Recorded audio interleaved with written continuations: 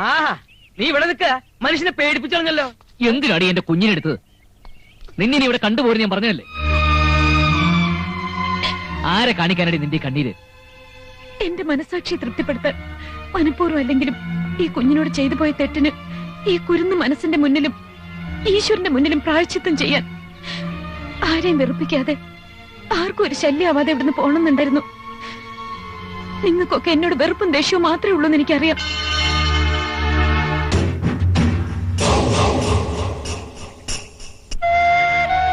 അണയുന്നതിന് മുമ്പുള്ള ആളെ കത്തലായി കരുതി നിങ്ങൾ 3 പേരും എന്നോട് ക്ഷമിക്കണം. ക്ഷമയും മാപ്പൊക്കെ വീട്ടിൽ ചെന്നിട്ടാവാ. നീ വണ്ടി കയറ്. വാ.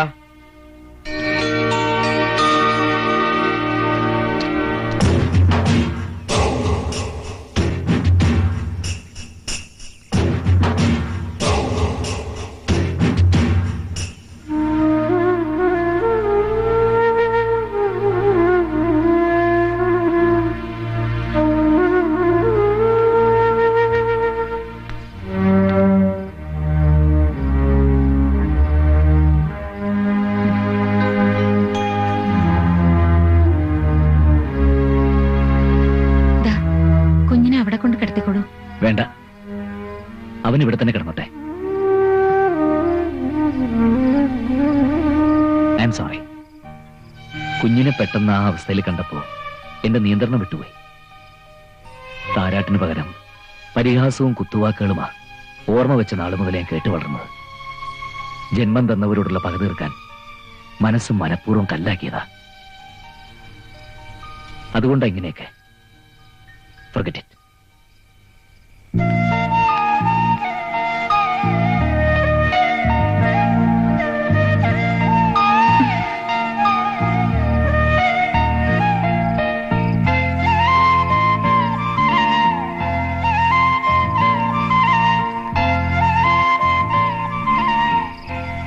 നീ എന്താ ആലോചിക്കുന്നത്?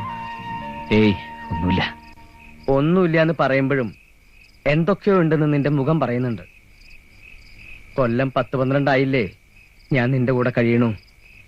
നിന്റെ മുഖം കണ്ടതിനേക്കാൾ കൂടുതൽ നിന്റെ മനസ്സ് ഞാൻ കണ്ടിട്ടുണ്ട്. അതുകൊണ്ട് പറയാ, എന്താ ഏതാണെന്നൊന്നും അറിയില്ല. ആ കുട്ടി നല്ലവളാ. അവളുടെ മനസ്സിൽ കള്ളമില്ല, അതെനിക്കുറപ്പുണ്ട്.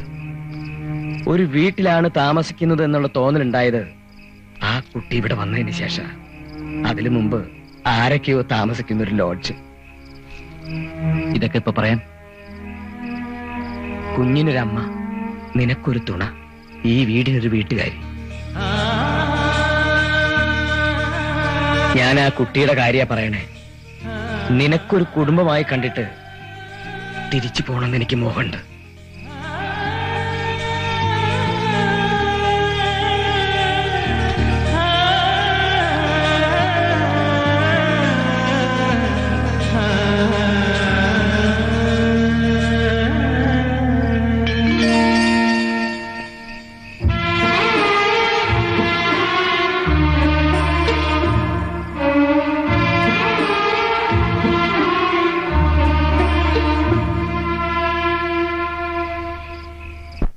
നീ ഇങ്ങനെ കൺഫ്യൂസ്ഡ് ആവരുത്. മനസ്സ് അസ്വസ്ഥമായാൽ ഒരു ഡിസിഷൻ എടുക്കാൻ പറ്റില്ല. പൗലോസേട്ടൻ പറഞ്ഞു തന്നെയാണ് എനിക്കും പറയാനുള്ളത്. ഇതുവരെ സ്വപ്നത്തിൽ പോലും ഓർക്കാത്തതാണ് ഒരു ഫാമിലി, ലൈഫിനൊരു പാർട്ട്ണർ. ഇതിപ്പോ ഓൾ ഓഫ് എ സഡൻ ഇങ്ങനെ. അതാണ് life. All of A sudden ആയിരിക്കും നമ്മൾ ഒട്ടും പ്രതീക്ഷിക്കാത്ത കാര്യങ്ങൾ നടക്കുക. ഉദാഹരണത്തിന് ജീവൻ,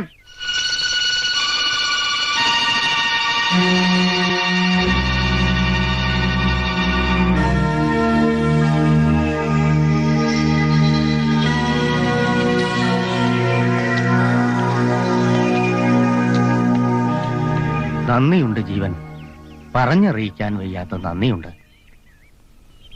മനസ്സിലായില്ല? ക്ഷമിക്കണം, ഞാനത് മറന്നു. ഞാൻ ജഗന്നാഥൻ, ഒറ്റപ്പാലത്ത് നിന്ന് വരുന്നു.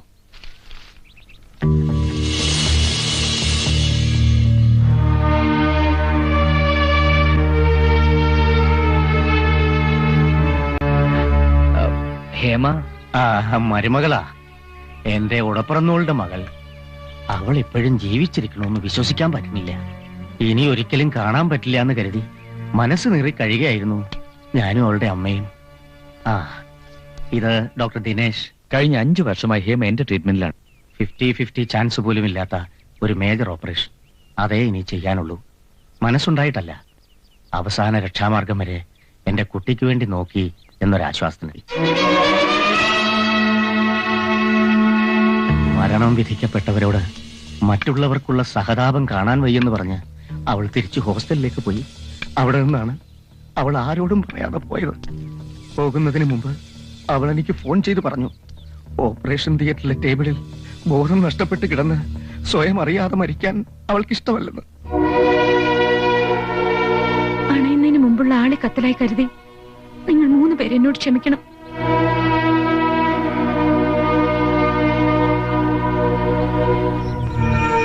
മരണദിവസം കാത്തു കഴിയുന്ന ഒരു രോഗിയാണ് മകളെന്ന് അറിഞ്ഞത് മുതൽ അവളുടെ അമ്മ, എന്റെ പെങ്ങൾ കിടപ്പിലായതാണ്. മോള് പോയ കാര്യം അവളെ അറിയിച്ചിട്ടില്ല. 2 ദുരന്തങ്ങൾ താങ്ങാൻ എനിക്ക് കെൽപ്പില്ല കുട്ടി. സോമരസാലെ, അവൾ ഞങ്ങളുടെ കൂടെ വരില്ല ജീവൻ. ബലം പ്രയോഗിച്ച് കൊണ്ടുപോകാനും പറ്റില്ല. അവൾ അറിയാതെ എനിക്ക് അവളെ കൊണ്ടുപോകണം. അതിന് ജീവൻ എന്നെ ഒന്ന് സഹായിക്കണം.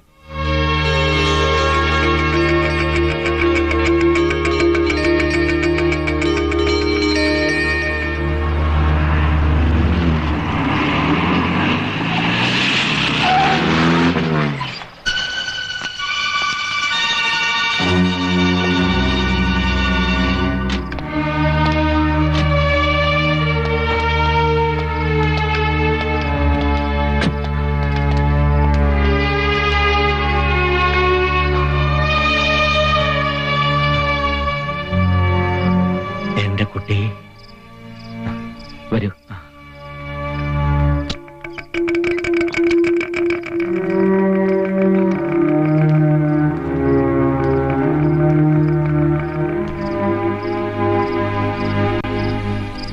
സെഡേഷൻ കൊടുത്തിട്ടുണ്ട്. നല്ല മയക്കത്തില.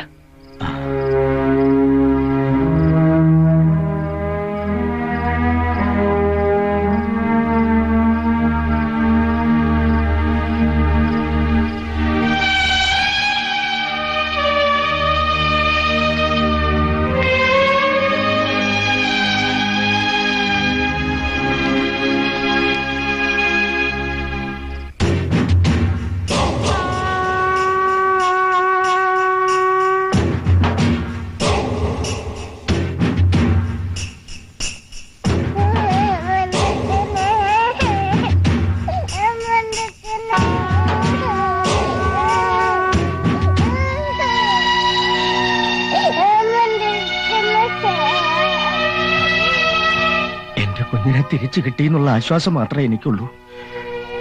അവളുടെ ആയുസ്സിന് വേണ്ടി നിങ്ങളും പ്രാർത്ഥിക്കണം. വരട്ടെ ജീവൻ.